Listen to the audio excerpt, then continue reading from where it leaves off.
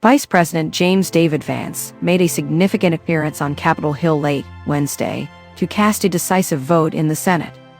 This vote effectively ended a bipartisan attempt to challenge President Donald Trump's trade policy. Earlier that evening, the Senate had rejected a resolution aimed at blocking Trump's global tariffs by revoking the emergency order he used to implement them. The resolution failed with a 49-49 tie due to the absence of two senators, Republican Mitch McConnell and Democrat Sheldon Whitehouse.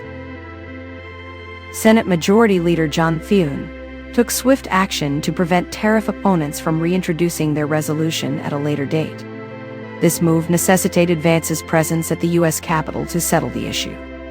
It was only the second time Vance had exercised his tie-breaking authority as vice president.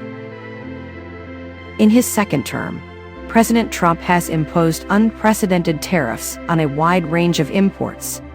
These include a 10% tariff on nearly all imports into the United States, 25% tariffs on steel, aluminum, automobiles, and numerous items from Mexico and Canada, as well as a minimum 145% tariff on most Chinese goods. This marks the most significant trade action to date. Democratic Senator Timothy Kine, who co-sponsored the resolution to block the tariffs, remarked that Vance's tie-breaking vote played into the hands of those supporting the resolution. They are so determined to pursue this tariff policy that is harming the economy that they brought the vice president to fully endorse it. Let them do it. The American public needs to know who is responsible for this, he stated. Senate Democratic leader Charles Schumer criticized Republicans for preventing a future vote, accusing Thune and his colleagues of working to maintain Trump's tariffs. Republican Senators Rand Paul, Susan Collins, and Lisa Murkowski joined Democrats in supporting the resolution, but they could not secure enough votes due to key absences. McConnell, who was unwell, would have voted in favor of the resolution.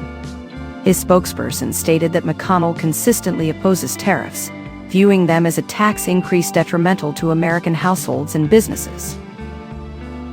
Even if the resolution had passed in the Senate, it faced certain defeat in the House of Representatives.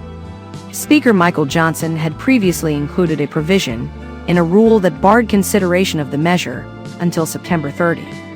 Earlier this month, the Senate symbolically condemned Trump's tariffs on Canada, but House Republicans employed similar procedural tactics to block consideration in their chamber. President Trump has remained steadfast in his stance, despite congressional criticism, promising to veto any such resolution if necessary.